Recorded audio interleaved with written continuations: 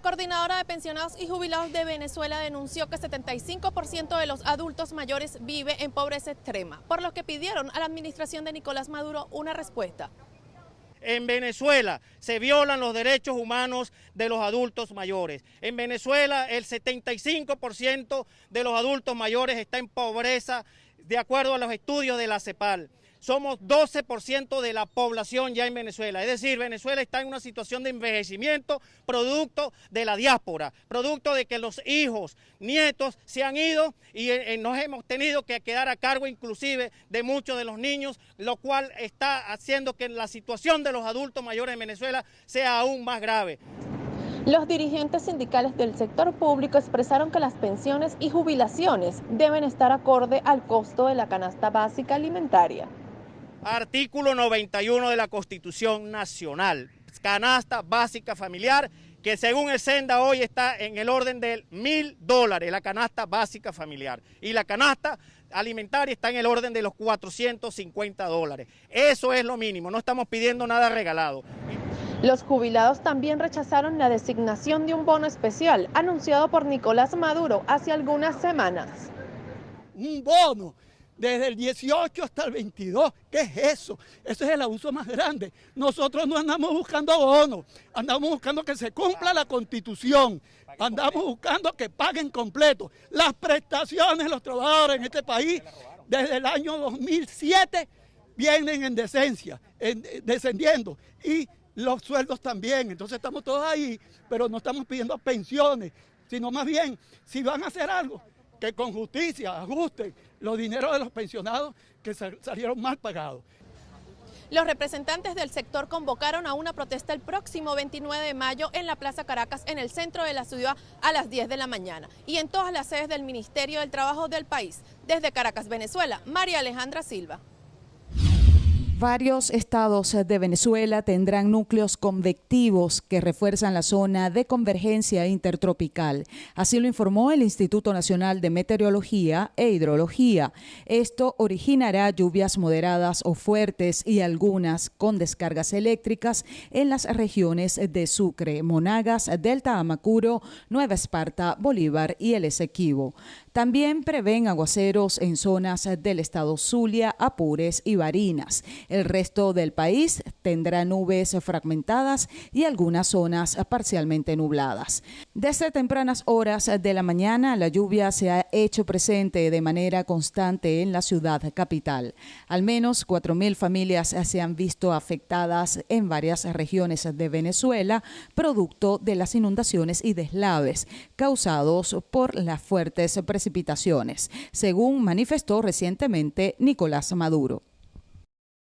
Bogotá cuenta con 400 instituciones educativas oficiales, por lo tanto hay disponibilidad de cupos tanto para propios, desplazados o migrantes. Sin embargo, después de la pandemia se produjeron más cambios de los habituales. Normalmente se recibían entre 25.000 y 27.000 solicitudes de cambio de colegios y esta cifra, luego de los confinamientos, se duplicó. En el nivel preescolar, que sabemos que son los más pequeñitos de 3, 4 y 5 años, hay 10.157 estudiantes. En básica primaria, que en este país son de 5 grados, hay 31.400. En básica secundaria, que es de 4 grados, 15.826. Y en media, 3.076. También tenemos educación de adultos, un poco cerca de los 1.000. Y en procesos de aceleración del aprendizaje, 1.550. Cerrando el mes de marzo, Bogotá todavía tenía un poco más de 20.000 cupos libres para ofrecerle a cualquier estudiante, En total son 62.941 estudiantes migrantes matriculados. Con estas cifras se estima que a finales de año la venezolana sea la población minoritaria más grande de la ciudad, porque la población víctima del conflicto atendida en la capital del país es de aproximadamente 65.000 personas. Para garantizar la inclusión, los requisitos de ingreso son bastante sencillos. Registro civil o algo que identifique la nacionalidad. Puede tenerla, puede no tenerla, ¿cierto? Si no la tiene, nosotros le generamos como un número que se llama como el número de la Secretaría de Educación, que es como un NUIP, que es con el que uno va a comenzar a acompañar e identificar a ese estudiante. Entonces eso es lo primero. Muchos la tienen, muchos no la tienen por las distintas efectivamente razones de cómo ingresaron efectivamente al país. Si la condición está regularizada, pues seguramente va a tener todos sus documentos y no hay problema. Pero si no la llega a tener, que le pasa a muchos estudiantes, pues efectivamente pues no tiene ningún problema. También le pedimos lo mismo a los papás. Necesitamos saber, o el acudiente, pedimos una fotografía.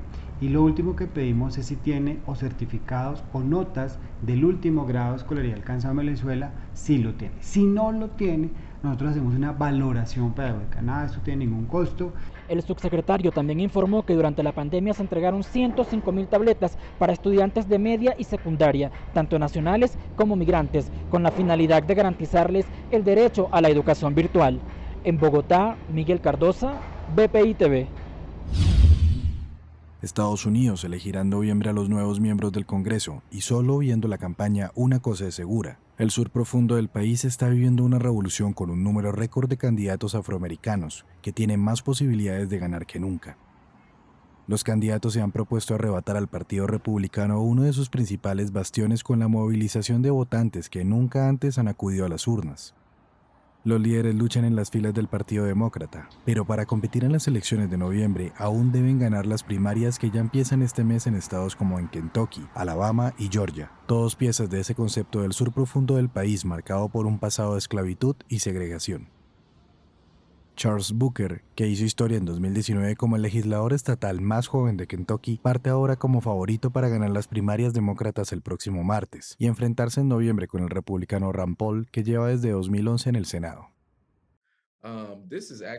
El objetivo de mi campaña es acabar con la pobreza, unir a la gente, dar voz a aquellos que viven en lugares que han quedado olvidados y hacer que la democracia sea algo real. Booker intenta huir de ideologías y asegura que, entre los 15.000 voluntarios de su campaña, hay votantes de Donald Trump que comparten un sentimiento de hartazgo.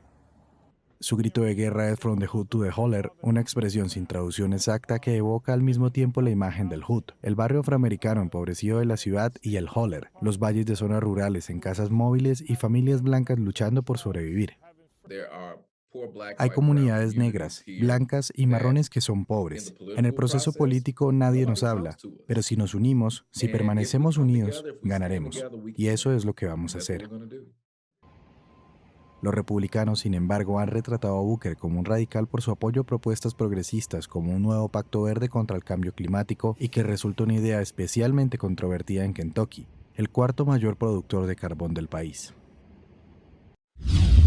En Estados Unidos, la revista Science acusó al Tribunal Supremo de Estados Unidos de ignorar la ciencia en el tema del aborto por el posible fallo que retirará la protección legal de la irrupción del embarazo. El texto fue firmado por la profesora de la Universidad de California, Diane Green Foster, quien lideró un estudio sobre los efectos de la salud física y mental de 1,000 mujeres en todo el país durante 5 años después de tener un aborto o haberle sido denegada esa posibilidad. En Yemen, el aeropuerto de Saná reabrió los vuelos comerciales en su primera conexión aérea desde 2016. El avión despegó con 137 pasajeros rumbo a Amán, la capital de Jordania, una de las condiciones de los rebeldes chiíes hutíes para participar en las conversaciones de paz con el fin de acabar con la guerra que ha provocado una de las peores catástrofes humanitarias del planeta. Oficialmente, Suecia solicitará su adhesión a la OTAN. Entre tanto, el presidente ruso Vladimir Putin afirmó que la ampliación de la OTAN en Finlandia y Suecia no es un problema para su país, aunque sí lo será si incluye el despliegue de armamento militar en territorio de esos países. Así es, Manuel, este anuncio representa un giro trascendental en la política de Estados Unidos hacia Venezuela. Quien es el asesor para la Casa Blanca para el hemisferio occidental, el máximo representante de la administración de Biden para Venezuela, Juan González, ha confirmado que se estará aliviando la presión hacia el régimen de Nicolás Maduro. Vamos a escucharlo. El caso de Venezuela está muy claro. Vamos a aliviar la presión a partir de acciones y resultados ambiciosos y concretos que entonces lleven a Venezuela a elecciones libres y democráticas, y solamente lo haremos de esa manera. Durante esta cumbre de seguridad hemisférica pudimos consultar directamente BPI TV a Juan González, quien es el asesor especial de la Casa Blanca, sobre por qué o cuáles serían las medidas específicas anunciadas por el gobierno de Estados Unidos en este marco de aliviar la presión hacia el régimen de Nicolás Maduro. Recordemos que se habla de algunas sanciones relacionadas al sector petrolero y también de la posibilidad del levantamiento de algunas sanciones personales específicas para lograr que el régimen de Nicolás Maduro retorne a la mesa de negociación. Esto nos dijo. No voy a entrar en detalles en los pasos específicos que vamos a tomar, porque siempre van a ser en respuesta a lo que anuncien el régimen y la plataforma unitaria. Es posible que ya hayan anunciado y no haya visto. Y nosotros saldremos con una declaración en respuesta a lo que digan los dos lados. Pero no se le está aliviando ninguna presión al régimen, no se le va a llegar ningún ingreso al régimen. Son medidas muy específicas que se están haciendo en respuesta a un pedido del gobierno interino y la plataforma unitaria. Y sí, vuelvo a repetir que la política de sanciones nuestra será calibrada en base a avances en las negociaciones, se aliviará la presión y volverá a implementar la presión si no hay avances y si hay retroceso. Eso es muy claro. Hay dos caminos aquí. En esta misma conferencia que se desarrolla en la ciudad de Miami, también pudimos consultar la opinión de Debbie Mucarsel-Powell, quien aseguró que justamente a pedido del gobierno interino se estarían llevando a cabo algunas conversaciones y acciones específicas para lograr que el régimen de Nicolás Maduro se siente a negociar. Y ella aseguraba que con respecto a las empresas petroleras, lo que se les otorgaría sería la posibilidad de poder conversar para poder reactivar el sector petrolero en el futuro. Es decir, de la información extraoficial que teníamos, que hasta ahora compañías como Chevron y otras compañías norteamericanas o extranjeras no podrían comercializar el petróleo, tampoco negociarlo ni extraerlo de suelo venezolano, que lo único que se estaría levantando por el momento es la posibilidad de que ellos puedan hablar con funcionarios públicos del régimen de Nicolás Maduro que no hayan sido sancionados, para comenzar así a edificar algunos puentes y reactivar el sector energético. Si bien con estos anuncios cambia radicalmente lo que sería la política estadounidense hacia Venezuela, Juan González en primer lugar decía que estaban obligados a dar un giro, a pensar fuera de la caja, porque aseguraba que las sanciones en sí mismas no habían logrado su cometido. En primer lugar, poder quebrar al régimen de Nicolás Maduro o incluso hacerlo cambiar su accionar, y es por eso que les corresponde entonces cambiar la política de sanciones. También se refería específicamente a la de Cuba, y que serían entonces los venezolanos los que se encargarían de hacer los anuncios y posteriormente ellos tomarían postura. Se trataría entonces de sanciones relacionadas al petróleo, al sector económico, y la posibilidad de algunas sanciones específicas personales. Se hablaba de que se podía levantar las sanciones a uno de los sobrinos de la primera dama del régimen, Cilia Flores, quien se encarga directamente del tema petrolero, quien se encuentra en Panamá y ha tenido diversos cargos muy importantes. Él era uno de los sancionados de Estados Unidos, y se dice que se le levantarán las sanciones como parte de los incentivos que se le darán al régimen de Nicolás Maduro para que se siente a negociar. Son muchas las aristas y todavía la información no está completa, pero es parte de los anuncios hechos por los máximos representantes del gobierno americano y su política hacia Venezuela. Sí, porque trabaja en la casa y trabaja en la calle, atiende a los niños, es lógico. Trabajamos más nosotras las mujeres que los hombres. Los hombres tienen un solo trabajo, nosotras no. La organización no gubernamental Provea aseguró que la desigualdad laboral y política sigue afectando a las mujeres venezolanas, señalando que 1/3 de estas se encuentran desempleadas. El informe anual de la ONG detalló que aproximadamente 52% de las mujeres venezolanas se encuentran en el mercado laboral informal. Para la socióloga Márgara Hidalgo, estos índices incrementaron debido a la pandemia. ¿Quiénes están cuidando a los enfermos? ¿Quiénes están cuidando a los niños, adolescentes que se quedan en casa? Son las mujeres. Entonces, como son las mujeres las que están en las labores de cuidados, es más difícil que las mujeres puedan acceder a posiciones de empleo formal, ya que los empleos formales en Venezuela requieren un horario laboral, también existen algún marco jurídico que muchos empleadores prefieren contratar a hombres porque no tienen que darles estos permisos por cuidados maternos, para asistir a los colegios de los muchachos.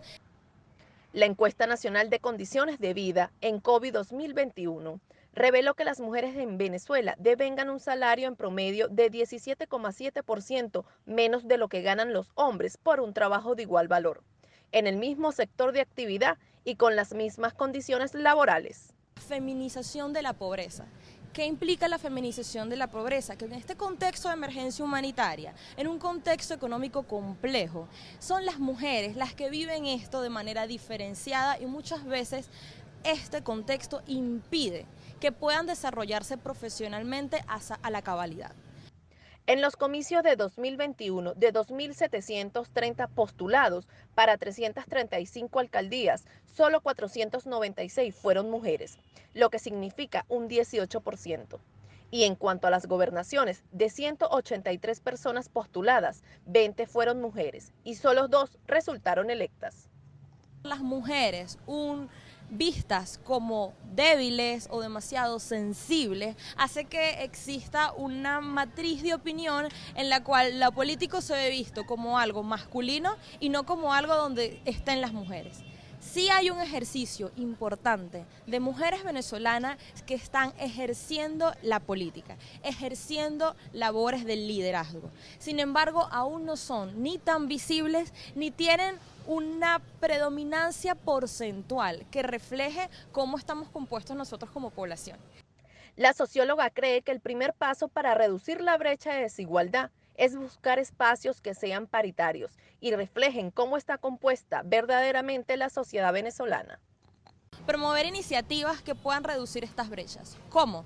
Buscar que nuestras organizaciones, nuestros espacios laborales sean paritarios. Buscar a las personas que estén realmente capacitadas para cada tipo de rol y buscar que exista una paridad que refleje tanto una mirada desde lo masculino como desde lo femenino y que sea un reflejo de cómo es verdaderamente la sociedad venezolana. La Organización Internacional del Trabajo explicó que la participación laboral femenina aumentó de 50 a 56% en el último año. Sin embargo, alertaron que esta cifra sigue siendo muy baja en comparación a los hombres que ocupan 80% de las plazas laborales en el mundo. Desde Caracas, Venezuela, María Alejandra Silva. El Centro de Derechos Humanos de la Universidad Católica Andrés Bello rechazó este martes la judicialización a la que están siendo sometidas diversas organizaciones no gubernamentales en el país. Esto durante el lanzamiento de una campaña que busca precisamente promover el trabajo de estos organismos en las distintas comunidades. La manipulación de la justicia para perseguir actividades que son legales, indiscutiblemente, que es algo que rompe la legalidad y es un patrón preocupante que nosotros hemos visto en Venezuela y que se ha acentuado desde una investigación penal Alimenta la Solidaridad, pasando por Azul Positivo, pasando por la regulación del ONDOF del año pasado y ahora se acentúa una vez, bueno, indudablemente la detención de nuestro colega Javier Tarazona. Sobre ese caso nosotros hacemos una petición expresa al Estado venezolano y es la liberación inmediata de Javier Tarazona sin condiciones. Eduardo Trujillo, director del Centro de Derechos Humanos de la UCAP, aseguró que durante los últimos 5 años el cierre de los espacios cívicos en Venezuela ha servido para la proliferación de nuevas organizaciones defensoras de derechos humanos, por lo cual alertan que el proyecto de ley de cooperación internacional propuesto por la AN de 2020 no debe imponerse como una arbitrariedad. El regular actos, en términos generales, no es negativo, pero cuando hay una tendencia a la ilegalización de cosas tan positivas como la actuación de organizaciones de derechos humanos y organizaciones humanitarias, cuando esa es la tendencia del acto regulatorio, ese acto regulatorio en sí mismo es, en Venezuela, inconstitucional y además contrariaría tratados internacionales en materia de derechos humanos que establecen el derecho a defender derechos humanos. Durante la rueda de prensa, la UCAP presentó de la mano de casi un centenar de organizaciones aliadas el proyecto 365 días trabajando por tus derechos, que busca acercar el trabajo social de las organizaciones a la comunidad con la entrega de calendarios que enaltecen la labor de las mismas. Por último, informaron que unos 40.000 calendarios serán entregados en diversas zonas populares para que precisamente la población de estos sitios conozca el trabajo de las distintas organizaciones. Desde Caracas, Venezuela, Irene Mejías. 99 municipios del país están en la categoría de priorizados y de atención por el Ministerio del Interior en el marco del Plan Democracia. En estas zonas habrá supervisión especial antes, durante y después del proceso electoral del 29 de mayo, informó el ministro Daniel Palacio. Tendremos un despliegue de más de 210.000 hombres de las fuerzas militares y más de 95.000 policías que garantizarán la seguridad no solamente del día de las elecciones, sino previo a las elecciones, durante las elecciones y luego de cerradas las urnas en ese momento postelectoral y de escrutinio. El ministro aseguró que la presencia coordinada de la fuerza pública será garantía para que la población salga a votar de manera tranquila. Sumado al respaldo a la ciudadanía en los territorios, el gobierno nacional implementó dispositivos especiales con vigilancia reforzada para los 7 candidatos presidenciales. Todos hoy cuentan con medidas de protección, varias en diferentes momentos se han robustecido, como ha sucedido con la campaña de Gustavo Petro y su fórmula vicepresidencial. En 3 oportunidades han recibido incrementos de su esquema de protección de acuerdo a información que se ha recibido o información que la campaña ha denunciado.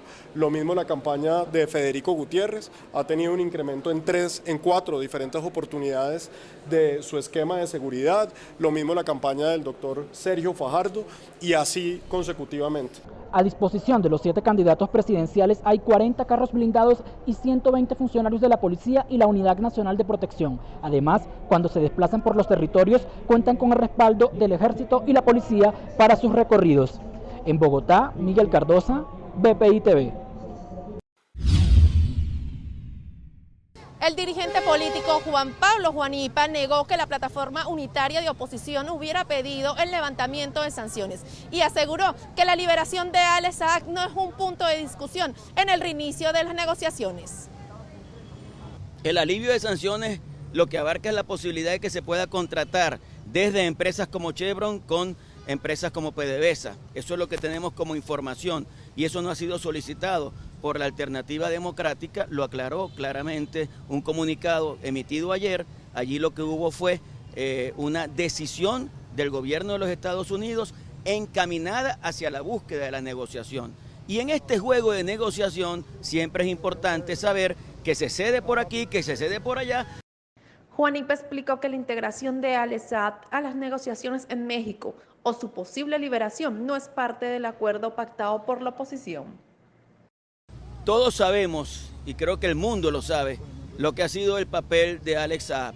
Todos sabemos que Alex Saab no es ningún diplomático. Todos sabemos que Alex Saab no es integrante de ninguna mesa de negociación. Que lo incluyan como un mecanismo para entorpecer la negociación, que lo incluyan como un mecanismo para impedir que haya soluciones a la crisis que el país tiene, es otra cosa. Con respecto al retorno al diálogo en México, el dirigente señaló que el objetivo es la democratización de Venezuela. Lo de México sea no el inicio de una negociación, sino la continuidad de una negociación que permita que tengamos esos resultados. Y el gobierno de los Estados Unidos lo ha dicho muy claro. Escuché ayer unas declaraciones en las que decían que ellos están haciendo concesiones con el objetivo de que haya una contraprestación en democratización del país. Si eso no se produce, entonces ellos tendrán que intensificar esas presiones. Por último, Juanipa detalló que los 10 principales partidos de oposición del país acordaron un reglamento para la celebración de elecciones primarias en 2023. Desde Caracas, Venezuela, María Alejandra Silva. Diversas organizaciones no gubernamentales de la sociedad civil entregaron un comunicado en la oficina del Programa de Naciones Unidas para el Desarrollo en Caracas con el objetivo de rechazar el proyecto de ley de cooperación internacional discutido en la Asamblea Nacional electa en 2020. A presentarle un documento que está apoyado por 500 organizaciones venezolanas e internacionales y 250 personas de carácter individual, donde muestran su preocupación por el proyecto de ley de cooperación internacional que se está discutiendo en la Asamblea Nacional. Varios diputados dicen que no existe ese anteproyecto, que solo existe una exposición de motivos. Eso es falso. Las organizaciones de la sociedad civil, fundaciones, tenemos el contenido de ese proyecto de ley que consta de 26 artículos, donde se criminaliza desde la exposición de motivos y en sus 26 artículos a la cooperación internacional y a las organizaciones de la sociedad civil. Asimismo, presentamos este documento, hubo una conversación con Naciones Unidas aquí en su oficina y ellos pues manifestaron su preocupación y van a tratar de servir de puentes entre las organizaciones y la Asamblea Nacional para tratar de corregir las fallas que presenta esta ley. No obstante, nuestra posición es muy clara. Este proyecto de ley no solo hay que corregirlo en unos detalles, unas nimiedades. Este proyecto de ley restringe el derecho a asociación, viola el debido proceso y ciertas libertades. Además, es un proyecto de ley que busca desregular la cooperación internacional del Estado. La actual vigente ley de 1958 precisamente regula parcialmente la cooperación del Estado, internacionalmente hablando. Este proyecto de ley hace todo lo contrario, invierte las cargas regulando de sobremanera a los actores privados y desregula por completo al Estado venezolano, que además lo asocia con la ley antibloqueo, que ya sabemos. Los representantes aseguraron que el proyecto es una violación a los derechos humanos y a los estándares de la cooperación internacional, por lo que seguirán exigiendo una discusión con los miembros del Parlamento Nacional. Como parte de la Jornada Nacional de Protesta Universitaria convocada para este miércoles, trabajadores y obreros de la Universidad Central de Venezuela realizaron una caminata desde la plaza del rectorado de esta casa de estudios hasta el Paseo Los Ilustres. Nosotros vamos hacia la calle en protesta contra esta política que viene hambriando a estos sectores y para desmentir la declaración que diera la ministra Tibisay Lucena diciendo que bueno, que se resolvió el problema de los salarios de los tabuladores. No, ministra, yo no sé si usted está informada de lo que está pasando. Creemos que sí, creemos que es una estratagema publicitaria la que está haciendo o sencillamente está, bueno, desubicada el tema. El problema de la tabla salarial no se ha resuelto, se ha complicado, porque gente de su despacho, gente del Ministerio de Finanzas y de Planificación, tienen una política de desconocimiento de los contratos colectivos y sus cláusulas, y además el desconocimiento de los contratos también de meterle la mano en el bolsillo a los trabajadores para quitarle el salario. Y eso es una situación que es lamentable porque viola el derecho humano del trabajador, el salario. La derogación del instructivo ONAPRE y la contratación colectiva fueron las principales exigencias de los profesores, trabajadores y sindicatos universitarios, ya que aseguran que la actual gestión ante estos temas amenaza beneficios contractuales. Se comprometieron el viernes a darnos respuesta. Nosotros vamos a buscarla. A esta hora no nos han hecho ninguna llamada de ningún tipo. Los universitarios tenemos experiencia en conflicto y está abierto un conflicto que no es solo universitario, es nacional y de todos los trabajadores. El trabajo es la fuente más sagrada para la familia y tiene valor y genera valor, no hay posibilidad. Pues tiene que haber una señal de parte del Ejecutivo Nacional que tiene intención de enmendar. Nosotros no fuimos quienes decretaron el aumento salarial, nosotros no fuimos quienes generamos la crisis, luego no podemos ser las víctimas de ella siempre. Trabajadores y sindicatos de la Universidad Central de Venezuela convocaron a una nueva movilización para el día viernes a partir de las 9:30 de la mañana en la sede de la vicepresidencia acá en Caracas. Desde Caracas, Venezuela, Irene Mejías. La misión de observación electoral MOE presentó su 7º informe. En él recoge que desde el 29 de mayo del año 2021 hasta el 16 de mayo del año 2022 se registraron 139 reportes relacionados con irregularidades en la función pública u otros factores que incidirían en el derecho a la votación en diferentes regiones. Sin embargo, el factor que continúa preocupando es el de la violencia. Uno de los principales riesgos que nosotros vemos es el tema de violencia, es decir, acá estamos hablando de grupos armados ilegales, con fuerte presencia en muchos municipios del país. Acá y esto se venció claramente con el paro del Clan del Golfo y anteriormente a las elecciones de Congreso también se venció con el paro del ELN. Entonces vemos territorios donde realmente la capacidad de participación política puede ser muy afectada por la presencia de grupos armados, donde realmente la libertad de expresión puede ser también muy limitada. Las regiones con más riesgos son las que tienen más vivo el conflicto armado, incluyendo la zona fronteriza con Venezuela.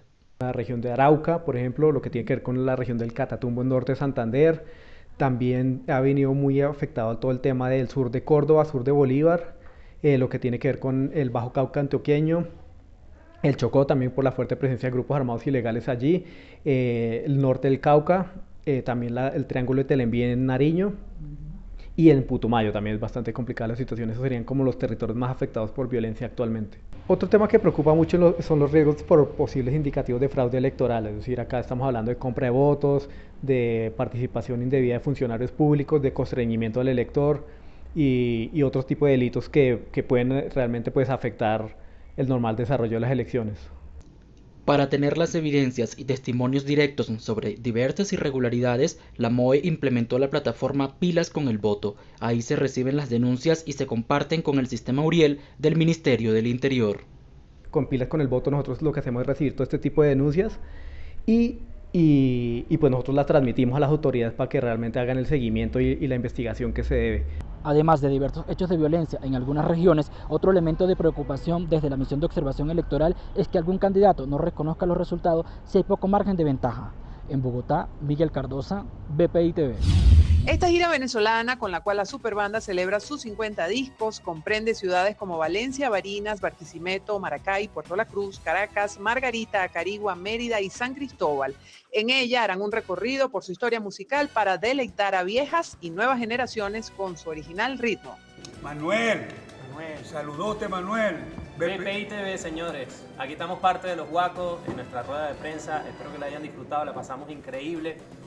Nos vemos muy pronto en los conciertos por venir, no se los pierdan ninguno, ¿ok? Queremos invitarlo, están a tiempo, así que nos vemos en cada ciudad. Busquen Barquisimeto, Valencia. Cubana,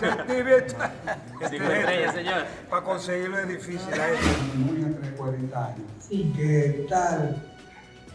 El asunto es que han pasado varias generaciones y Guaco está ahí y sigue vigente y sigue haciendo música inteligente para bailar, para disfrutar, para levitar. Algunos ponen música, tengo un médico que dice que aprovechar, dice que Gustavo, yo opero con un aparato de endógeno.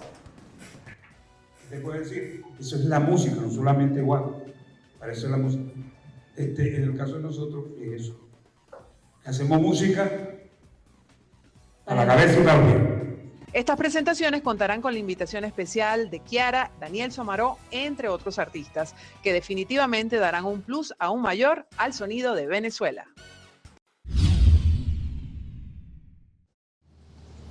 Desde la madrugada de este jueves se registraron varios enfrentamientos entre presuntos delincuentes y funcionarios de la Policía Nacional Bolivariana y otros cuerpos policiales del Estado en varias zonas de Caracas, específicamente en el Valle, el Cementerio, la Cota 905 y La Vega. Según la versión publicada por el periodista Román Camacho a través de sus redes sociales, el operativo policial se dio tras el rumor del regreso de los líderes negativos El Vampi y El Garbi, integrantes de la principal banda de la Cota 905, liderada por el fallecido delincuente El Coqui. Hasta los momentos se han registrado 3 presuntos delincuentes fallecidos y una funcionaria de la Policía Nacional Bolivariana resultó herida y los funcionarios continúan en estos sectores populares realizando el operativo policial. Desde Caracas, Venezuela, María Alejandra Silva.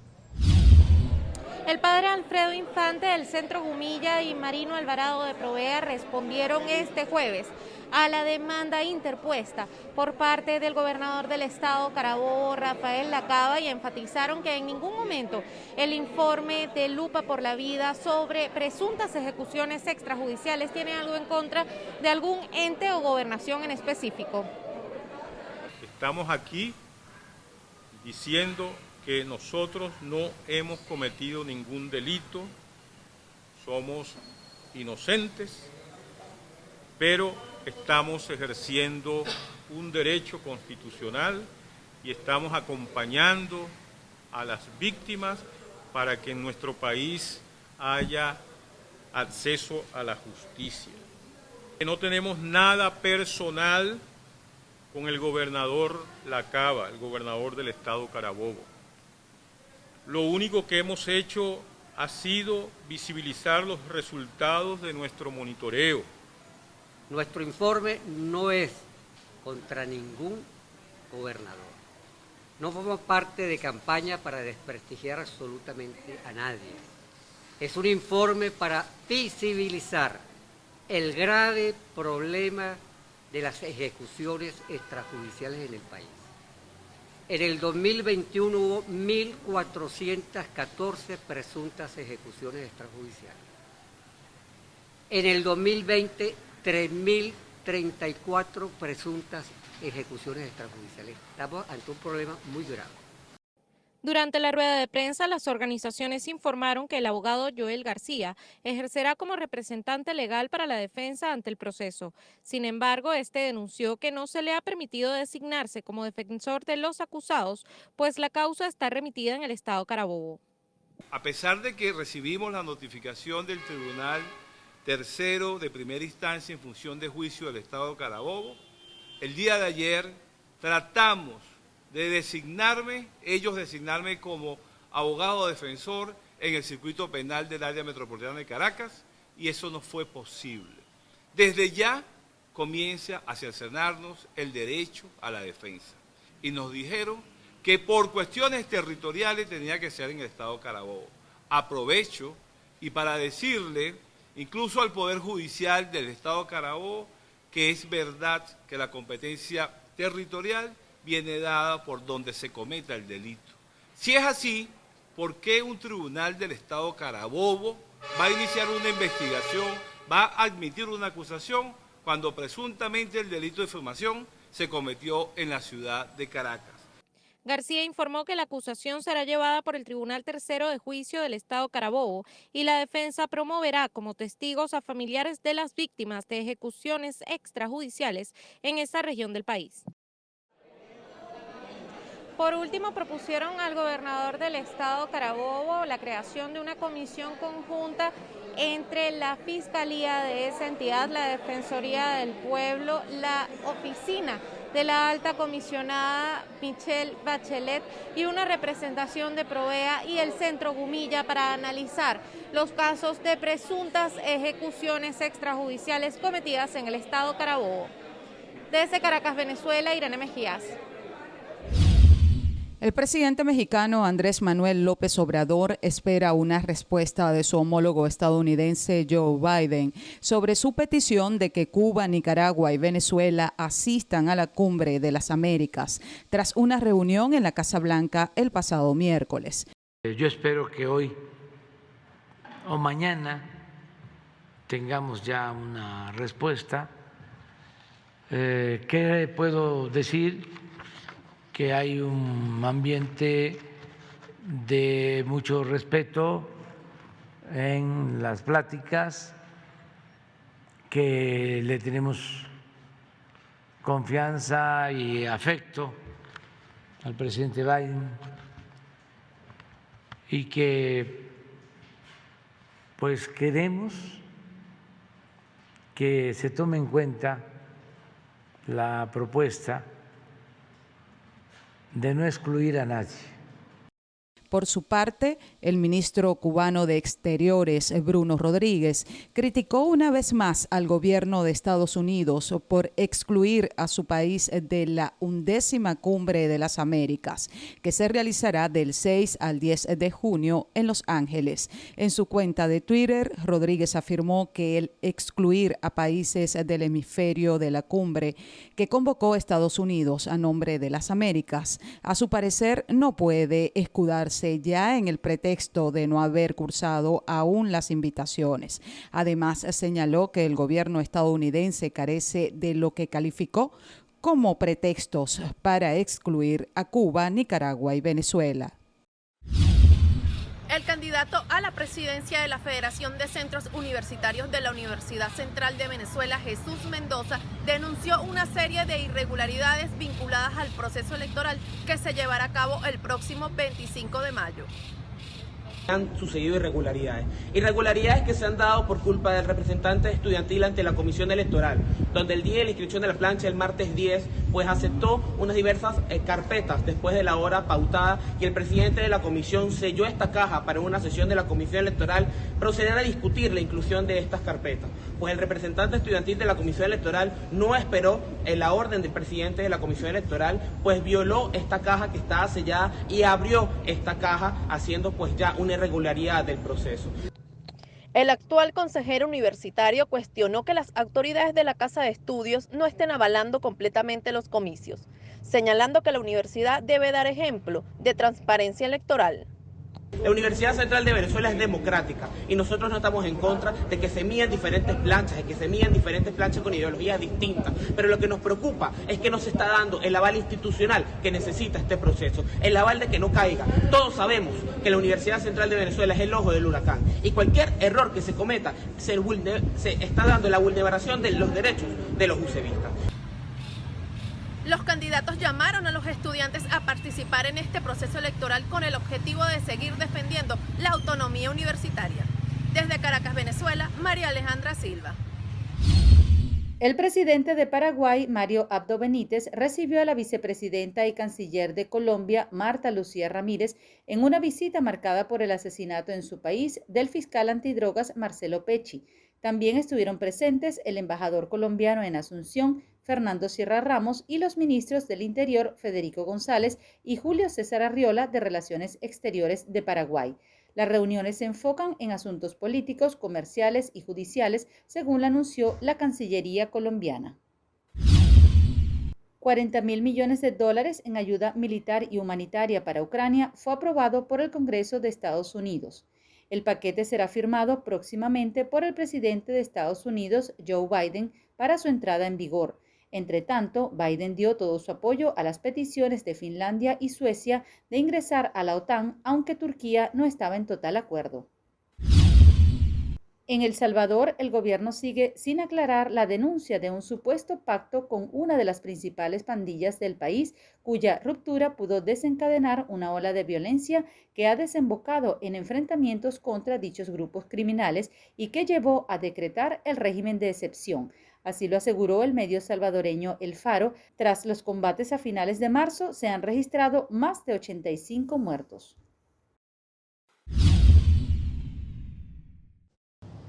Funcionarios de la Casa Blanca anunciaron recientemente el alivio de las sanciones a la administración de Nicolás Maduro. Pero ¿cómo se interpretan estas nuevas acciones del gobierno de Estados Unidos en el contexto político venezolano?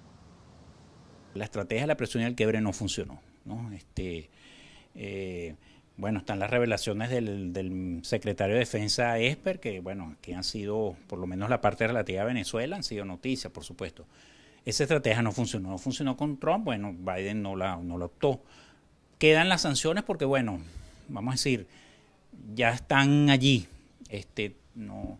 no las puedes quitar todas porque también, bueno, eso ya es una dinámica política. El profesor de la Universidad Central de Venezuela explicó que las últimas acciones de Estados Unidos demuestran el inicio de una relación bilateral. Sin embargo, no le restan reconocimiento a la plataforma unitaria de la oposición. Lo apoyamos, pero yo siento que ya la relación es gobierno de Estados Unidos, gobierno de Venezuela. O sea, ya eso es una relación de dos y bueno, por supuesto, el gobierno de Estados Unidos siempre va a decir nuestro grupo o la persona que nosotros consideramos o el grupo que nosotros consideramos es la plataforma unitaria.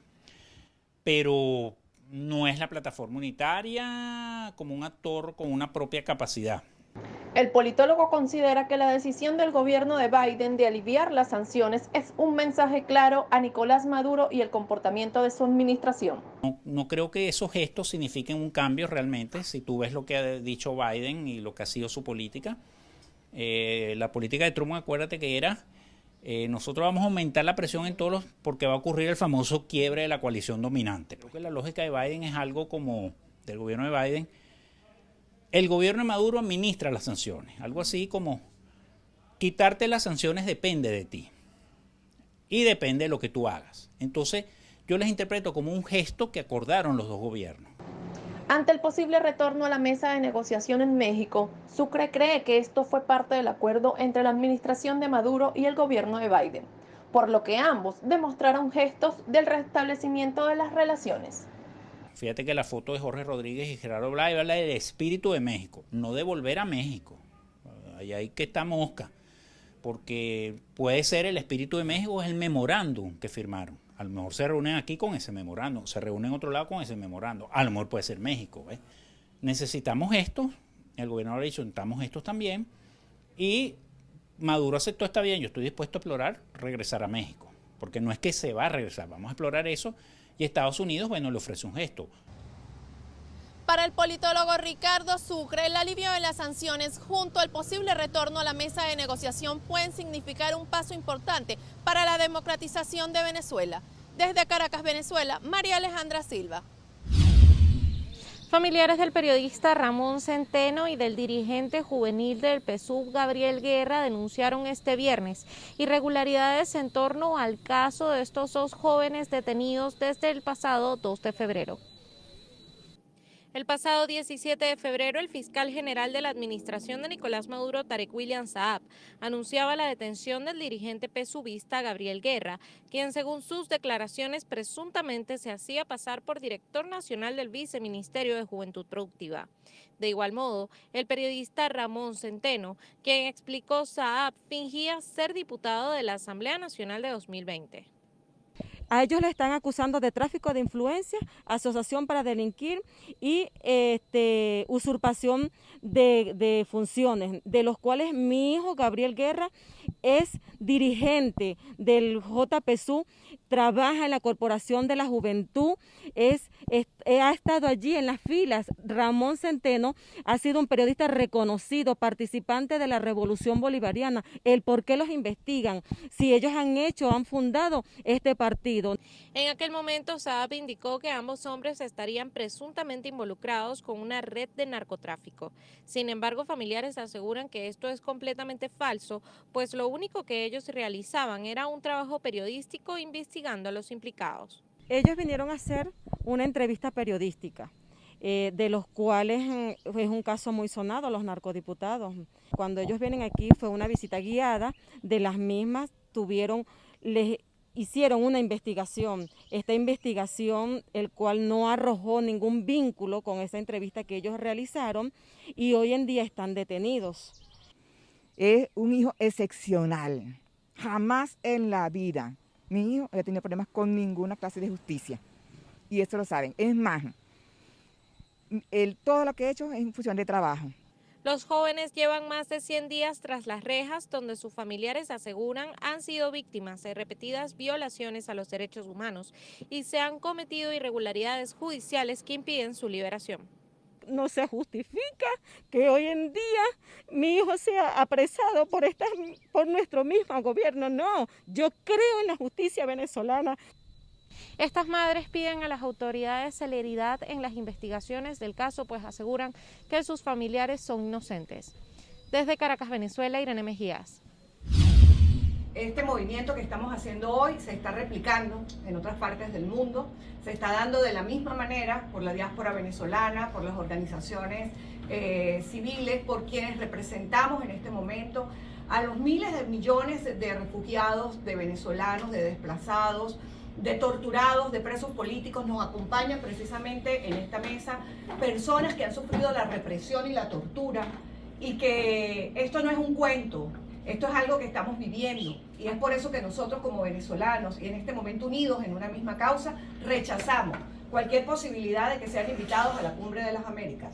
La Cumbre de las Américas fue inspirada en los principios de democracia, de fortalecimiento y defensa de la democracia, de las libertades políticas, civiles, sociales, económicas, libertades que hoy no tenemos en ninguno de estos países.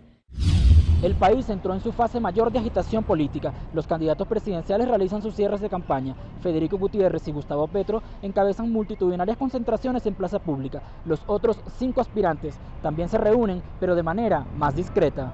Todas las encuestas solo dan opción a 4 aspirantes: Federico Gutiérrez, Gustavo Petro, Rodolfo Hernández y Sergio Fajardo, aunque este último reúne menos del 10%. La sorpresa ha sido el ingeniero Rodolfo Hernández, exalcalde de Bucaramanga, cuyo discurso se ha centrado en la promesa de no robar y ser implacable con los corruptos. Discrepa con Petro por ser de izquierda radical y con Fico por ser de centro derecha.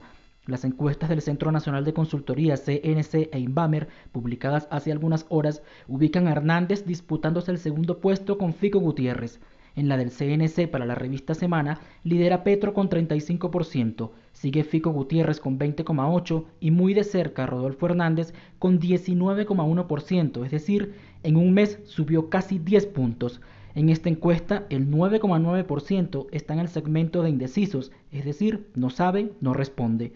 En la medición de Inbamer, contratada por los medios del Grupo Santo Domingo, Petro encabeza la votación con 40,6%. Fico Gutiérrez con 27,1% subió un punto y Rodolfo Hernández creció 7 puntos comparado con abril y registra un 20,9%.